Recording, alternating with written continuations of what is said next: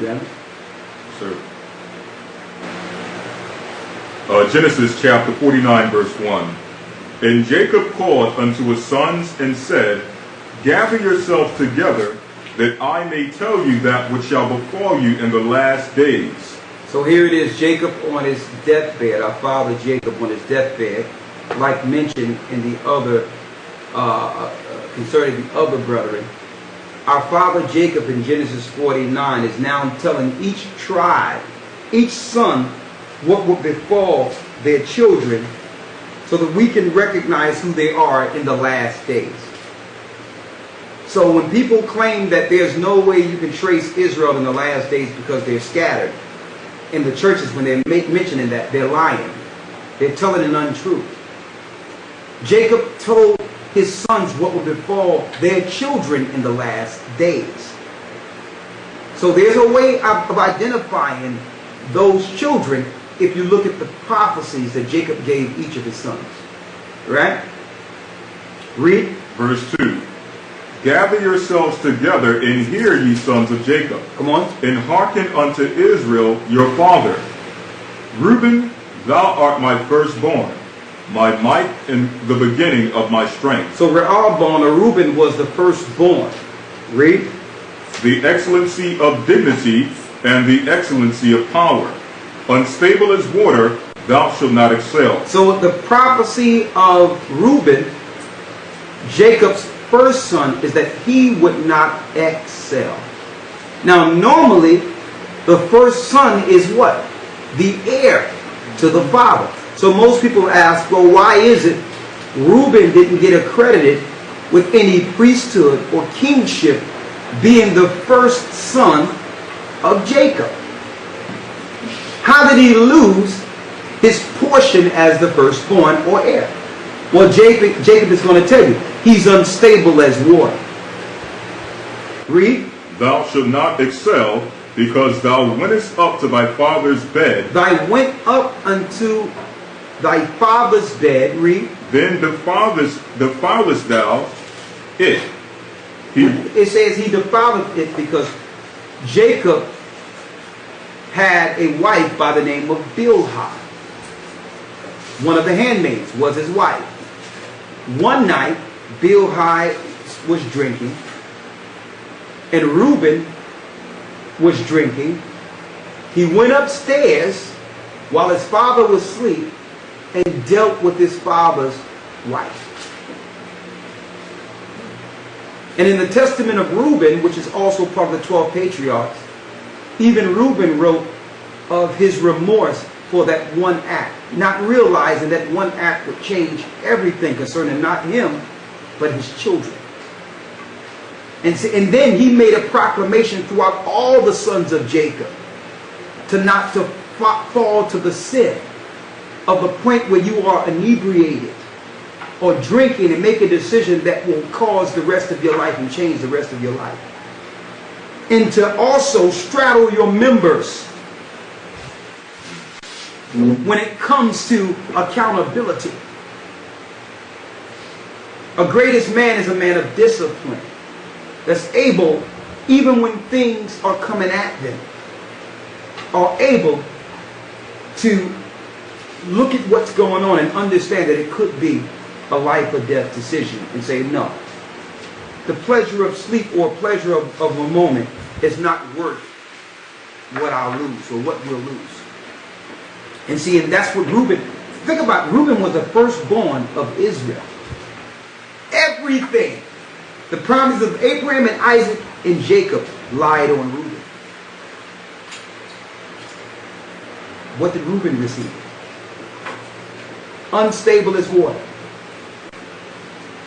And it's deep that when you look at Reuben today, what is the greatest ill amongst Reuben today? We're going to go into it. Alcoholism. Till this day, over in the islands, and there's BBC did a documentary on Reuben, which are the Aborigines of Australia. He did a documentary on them. And the biggest ill amongst Reuben right now is what? alcoholism, their attachment to alcohol, their addiction to alcohol. The same sin that befell their father fell on the children. Unstable as water. Read this real quick. 1 Chronicles 5:1. Yes. 1 Chronicles 5:1. Now the sons of Reuben, the firstborn of Israel, for he was the firstborn, but for as much as he defiled his father's bed, his birthright was given unto Joseph, the son of Israel, and the genealogy is not to be reckoned after the birthright. His genealogy is now not reckoned after the birthright. That's why Ephraim received the kingdom. In acknowledgement of Joseph's dedication. Verse 2, for Judah prevailed above his brethren, and of him came the chief ruler, but the birthright was Joseph's. See? So you notice when Jacob was given this prophecy concerning the sons in the last days, it was right after the chapter in which he honored Ephraim in Genesis 48, based on Joseph's work in helping preserve the children of Israel alive in Egypt. So he said, he looked at Joseph and what he did, and Joseph was one of the youngest. He looked at Joseph, he says, now that's honor. And he compared that to his son. He says, listen, Reuben, you're not going to be my heir. Imagine being the firstborn of the promise and your father telling you on his deathbed, you will not be my heir. Your promise is going to Joseph. Joseph is honorable. He deserves this. So Judah excelled because of strength and he became king. Levi became the priest. Ephraim received the kingdom. Reuben didn't excel. See that? Read. Genesis 49, verse 4. Unstable as water, thou shalt not excel, because thou wentest up to thy father's bed, then defiledst thou it. He went up to my couch. Yeah, history-wise. Oh yeah. Let's get that real quick. Now, we're about to give you some history of Reuben. Reuben, brothers and sisters, are the Aborigines of Australia. Now, it's deep that we brought this out years ago on a documentary, The 12 Lost Tribes Found. A woman called me from over Australia. A European woman called me from over Australia. And she sent an email and asked, could I call her? I called her. And she was from England. Now, mind you, brothers and sisters, at this time, I had no circumstantial evidence because I've never went to Australia, right? But I did some research online and otherwise that led us to that conclusion. She calls me and says she went to a remote village, and she sent that email with the remote village she went to in Australia. She says, listen, I'm going to send you some information. She says, what you're saying is true. This European woman. She says, I'm from England. I went to a remote area after seeing your teachers while I was in Australia. She said, I went and they took me to this high chief in the remote areas.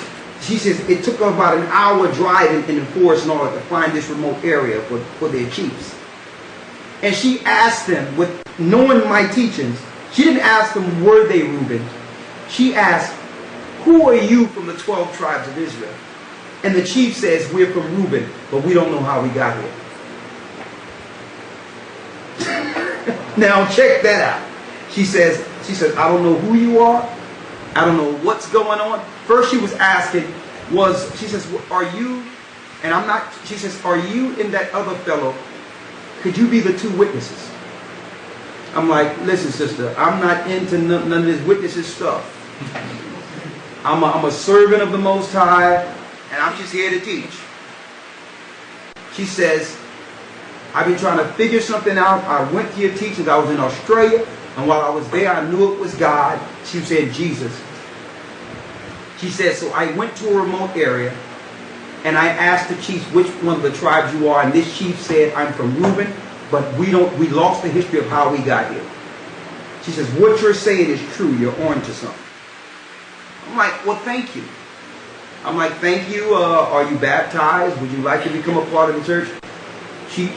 I never heard from her again after that. But she verified everything we were teaching. Went there, sent me all types of information of this particular tribe that was in this remote area where their chief still had history intact. Now, Elder Lawyer got some images here that can share, but let's go into some of the history in Australia that bear record to what our father Jacob told his firstborn Reuben. Now I'd like to mention this was sent to me by Elder Gaja in the UK, and it was put together by the brothers and sisters in Australia. We'd like to thank them for helping with this information. So the church of our brothers and sisters and Reuben in Australia helped us with some of the archaeological and history content we will present for you today. I'm going to jump around. I'm going to go to customs and practices of the Aboriginal people.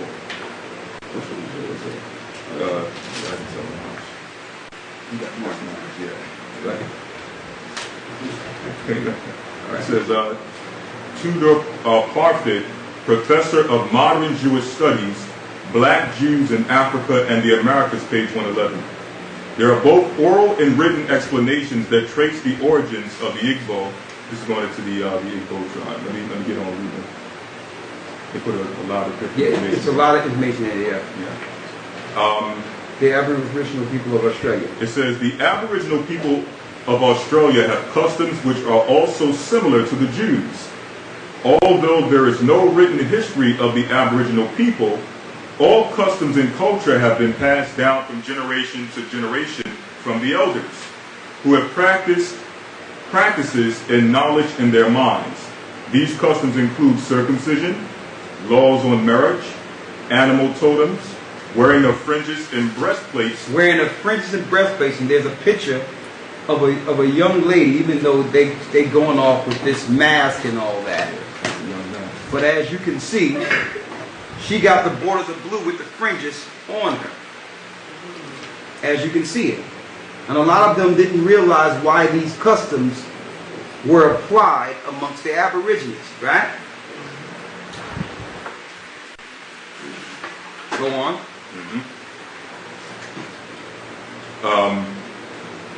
A lot of these ceremonies confirm the observance of their law and lore, and these things are symbolic to the people and the following of their laws.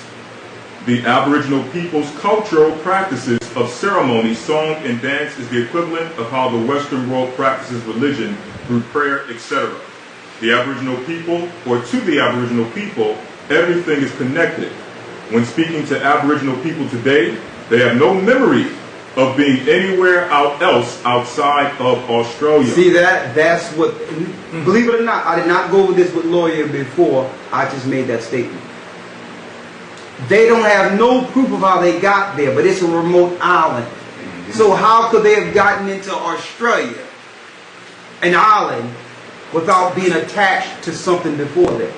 So the only thing they can remember is Australia. But all their customs go back to ancient Israel. They were part of the Israelites that were taken out in 721 BC. Eventually they lost the history of how they got there. But that verified everything that woman told them that day. That they even know they're Israel, they have Jews' customs, but don't have no history past Australia that they could really draw from. Right? There's more. Come on. It says here the rainbow serpent of Aboriginal Australia. The rainbow serpent of Aboriginal Australia. Go on. It says the Aborigines of Australia believe in an earth mother. Go ahead. The same observance is held by the Taino Indians of Puerto Rico and the North American Indians. The rainbow serpent is also seen in the practices of Indians of Puerto Rico and Santo Domingo of the Antilles, which is Simeon, and much later by the Haitians. Exactly. So they started practicing certain things and observing Mother Earth to show you that all of them were together, leaving in 721, and took the same practices in their respective areas. Now, even though some of their practices was off, that's why the Most High took them out of the land. Here's a similarity of how them being on a remote island relates to the same thing Ephraim was dealing with, the same thing other tribes were dealing with, because they were all once together. Right? Yes, sir. Jumping down here, it says Australian history. When the first Europeans settled in Australia, there were perhaps 1 million Aborigines in Australia and over 200 different spoken languages. This population was significantly and quickly depleted through a combination of warfare, disease, and dispossession of lands. The first Australians were considered fierce warriors. During the period of frontier wars, they put up stiff resistance, and they were not easily subdued. But over time, the weapons of the British went out. So rifles and so forth. I don't know if we can put prophecies on. Let's get it. So eventually, who conquered Australia? The British. And I'm going to tell you, it's only through the spirit of the Most High and His curse that small little Britain could conquer the Most High's people all around the earth. And the greatest weapon they used was psychology. I'm going to tell you that right now, because they were the smallest amongst all the people. So they had to make people believe they were greater in number than they were. You understand? That's why all the maps today show England and the UK as almost big as certain places when they know it's small on the map. But they show it as a psychology thing where they'll make England big on the map so we'll think it's a lot of people. Their greatest tactic they used was psychology to make us think they were great in number. And for every weapon that we could deal with, they had to have a retaliatory weapon that can actually maximize 10 to 50 times the amount of one arrow or one spear going. So that's where they came up with guns, rifles. They say if they can throw one arrow, we should be able to throw 10. That's us being 10 men against one. That's how they came up with the guns. Not because they was high in number. They needed to level the playing ground, knowing that we were more in number. That's why they created the gun. Okay? So through psychology and weaponry, being the hunter, Esau was able to conquer us throughout the four corners of the earth. That's why no matter where they go, they put in a law in which no matter who don't have guns, they will have it. That's the equalizer for them. No guns, they lose. No weaponry, they lose. Because they're small in number. Right? This is Deuteronomy 28:60-62. Yes. Moreover, he will bring upon you all the diseases of Egypt. See that? All the diseases that plagued Egypt eventually came on our people. Which thou was afraid of, and they shall cleave unto thee. And that's what happened to the Aborigines and all of us. Even when our vaccines, are they giving us the vaccines which are killing us and destroying us? A lot of these are from the plagues of Egypt, which is a curse that would be weapons against us for our disobedience. Go on. Verse 61, Deuteronomy 28:61. Also every sickness and every plague which is not written in the book of the law. There are going to be sicknesses that are not in the record, not in the book of the law. They're going to newly found created diseases, CDC diseases. Read. Then will the Most High Ahaya bring upon thee until thou be destroyed. Verse 62. And ye shall be left few in number. See, and that minimized the population so that they can now rule over us and control us. The first weapon was germ warfare. The first tactic was germ warfare because we were great in number. And this is how they were able to take over our brothers in Reuben in Australia during warfare. Whereas ye were as the stars of heaven for multitude, because thou wouldest not obey the voice of the Most High Ahijah, thy power. Because we didn't listen to the Most High, he allowed the enemy to poison us and kill us and destroy us. But now they're coming back. The brothers and sisters of the Gathering of Christ Church in Australia compiled this information to show you that we're waking up. They're going to begin to go to these remote villages where the chiefs are and let them know, we know that you understand your Reuben, but guess where you were beforehand?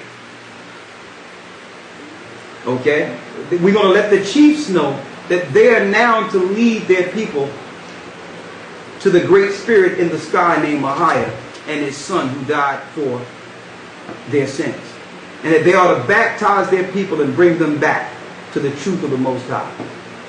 The truth that we're bringing forth throughout the four corners of the earth will be the common denominator that will set these chiefs free who are already ruling hundreds of people and teaching and have the honor and respect of hundreds of people. And not just them in Australia. The brothers and sisters are going to go on the plantations and start telling the North American Indians, chiefs, exactly what's going on and what they need to do, knowing that America is about to become a great barbecue. Charcoal. So we're going to have to warn them too. And that's why through the Spirit of the Most High, and I'm putting this out there now, we talked about it a couple of weeks ago, we have an added ministry within the Gathering of Christ Church now, knowing that they're going to demonize us and try to associate us with the rogue Israelites that are on the street saying what they want to say, being ready, getting prepared for internment camps, not realizing them being out there will soon be against the law.